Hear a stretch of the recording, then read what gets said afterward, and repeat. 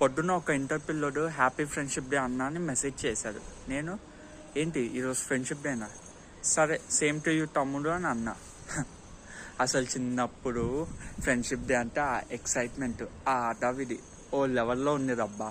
Minimum 500 అయినా మన పేరెంట్స్తో ఖర్చు పెట్టించేవాళ్ళం. ఎందుకు మీకు తెలుసు, నాకు తెలుసు.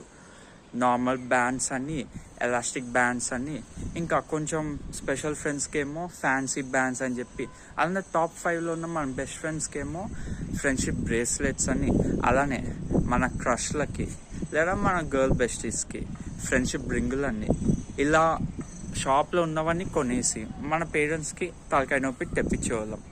తర్వాత ఇంటికెళ్ళి వాటిని మంచిగా సెగ్రిగేట్ చేసుకుని ఎవరికి ఏమి ఇవ్వాలని చెప్పి ప్లానింగ్లు వేసుకుని ఓ ఎక్సైట్మెంట్లో నిద్ర పట్టేది కాదు.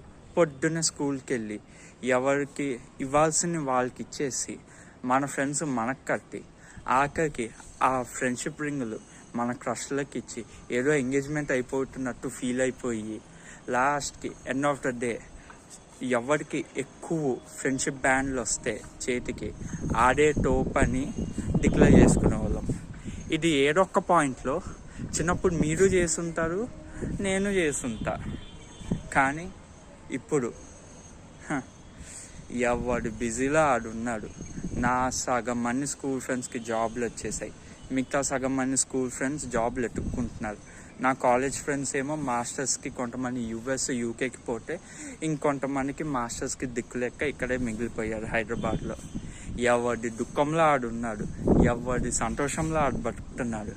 ఎట్ లాస్ట్ అందరి జీవితాలు కష్టాలతోనే ఉన్నాయి భయ్యా. చిన్నప్పుడు ఉంటేనే బాగుండేది, చిన్నగా ఉన్నప్పుడల్లో ఎప్పుడెప్పుడు పెద్దగా అయిపోదామా అని ఉండేది. ఇప్పుడేమో స్కూల్ చేసే మంచిగా ఉండేవి కదరా అనిపిస్తుంది. ఎట్ లాస్ట్ మీరు నేను చేసేది ఏం లేదు, ఇంటికెళ్ళి దుబ్బట్ట అనేసి పనుకోవడమే అంతే. బాయ్.